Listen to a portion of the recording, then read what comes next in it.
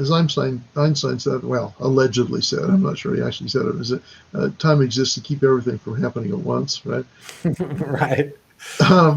So first of all, I think that a lot of people think they understand time, and nobody does. We don't know what time is. In my view, it is actually linear. There are folks who, there's this argument between the block universe and the braided universe, as I call it, where in terms of time, where the block universe is that everything already exists, and all we are points of perception that are moving along. Like this big 2x4 that's marked into sections. Each one is a year or whatever, and we move along it and perceive it. I think that's actually probably not true. And I'll explain. I like to think that the future hasn't already happened. So let me explain it this way. So in remote viewing, people take remote viewing as evidence that the future already exists, that we just, we can see in the future because it's somewhere further along the tube before, and we just happen to get a different perspective on it. But in fact, the way remote viewing seems to work in remote viewing the future is that you can remote view the present and the past with pretty much the same degree of accuracy. I give this kind of seat of the pants estimate. So where roughly present and past, a remote viewer who's trained and experienced will show that they've actually successfully remote viewed that 70 to 80% of the time. Because remote viewing isn't perfect. There are times when it just fails, and we don't know why. Okay. Of that 70 to 80% of the time, a really good remote viewer will have high quality results, roughly half that. So about 35 to 40% of the time. So evidence 70 to 80% of the time, really good quality 35 to 40% of the time, which in and of itself is still a miracle when you get right down to it, right? Because it shouldn't be successful at all. Okay.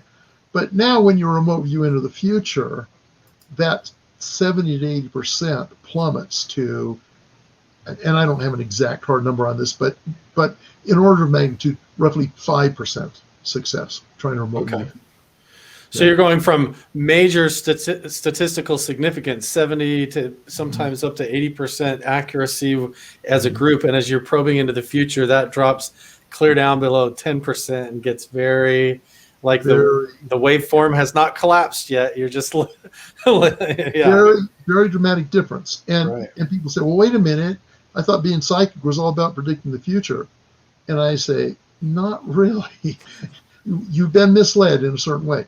The reason we've come to associate with remote viewing the future, or to the perceiving the future, foretelling the future, is because nothing else can do that. Right? It's the only tool we have for doing that. I mean, you can always extrapolate, but if you look at some of the predictions from popular mechanics in the 30s to what the 2000s would look like, there's a couple of hits there, but most of them are totally gone, right? Totally wrong. Yeah. So we can extrapolate, but that's not the same thing. Here we're trying to claim that we can actually see into, whatever seeing here means, see into the future and essentially get information in the present from the future.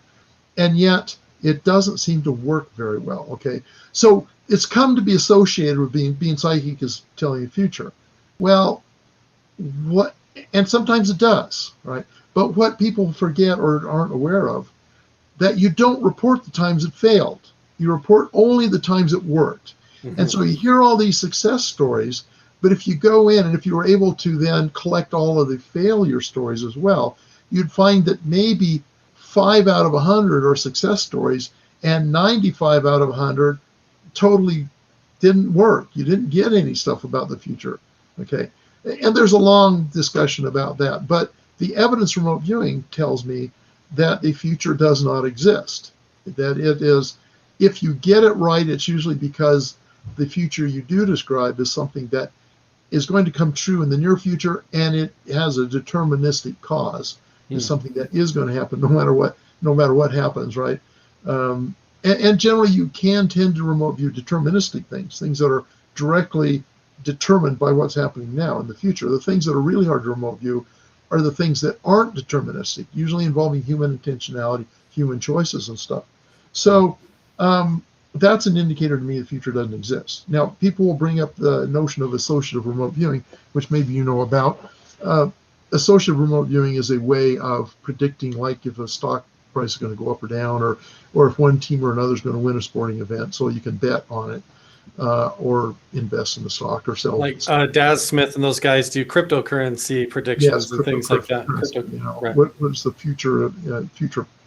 They're not looking for the price; they're looking for if it's up or down and magnitude if possible. Right. The reason that works, and that works about equal to doing the present or the past. The reason that works is because what you're doing actually is setting up a deterministic future. You have a guaranteed feedback event in the future that's going to provide you the information that you report now. So I talk about it in terms of it's like you're collapsing all of these possible unrealized futures down in one small corner of the timeline to an actual deterministic event. And you are then remote viewing along that narrow, certain to happen channel. And that's why ARV. Now, even ARV doesn't work 100% of the time, but it does work about the same degree as remote viewing present or past. Very interesting. So maybe, we've been going here almost 50 minutes, and I want to hear some of your amazing stories. The time flies by, and I don't have any time limit. If you don't, we can go as long as you want. But I'm really curious. So we're talking about being able to see different times along the timeline, and that works for the present. Looking into the past, like maybe looking at the JFK assassination or different things like that, that you could get tasked to do and not realize it. But like Hal Puthoff and some of these guys, and even Ingo Swann in his book Penetration, they were involved supposedly in operations where they were taken to try and remote view mysterious things that maybe you couldn't validate, like UFO locations or sightings or crashes or like Area 51. We have a lot of our audience here that's interested in that and interested in this phenomenon with remote viewing as a valid way of maybe exploring this topic. And I know that it's something that, unless you have somebody on the UFO or also there to confirm the sighting or whatever, it's hard to validate and know for sure. But what are some of the more fascinating experiences that you've had involved in remote viewing with maybe what the UFO phenomenon is with, or UAPs, or are you convinced that these are a real thing? What do you think it is? Well, let me first off start by saying Hal Puthoff himself has not ever been involved in remote viewing. The story you alluded to is actually one Ingo Swann talked about fairly late in life, and there's no verification that happened. The only thing I say is that Ingo's always never ever told me a tall story that he would not sure that actually happened. So, could he been misled into what happened? I don't know. I mean, there's pretty vivid experience, so it's hard for me to imagine that he is misled. Could he have made it up and told people about it? I don't think so. Ingo did not operate that way. So whatever it was that happened, he actually believed it was the way he told it in his book, for example. Pat Price, one of the earlier remote viewers, also had some experience remote viewing UFO kinds of things, right? And others have as well. Pat Price is the one that said he found actual alien bases on Earth and in different locations, right? Yeah. And to some degree, have those, I don't know, they haven't been very strongly corroborated, but there is some kind of marginal evidence that suggests there might be at least something to that, right? So let's see, where do I want to go with this? So one thing I want to say is you got to be cautious with remote viewing UFO things, because there's been a lot of fantasy that's developed out of that. People think that they're getting legitimate information remote viewing a particular UFO event. It's just not. It's bogus. Or conspiracy. I mean, people are trying to do conspiracy. One of the things that that is important about the remote viewing protocol, at least as developed at SRI, and Ingo insisted on this as well, is that the targets that you work in remote viewing have to be verifiable, okay?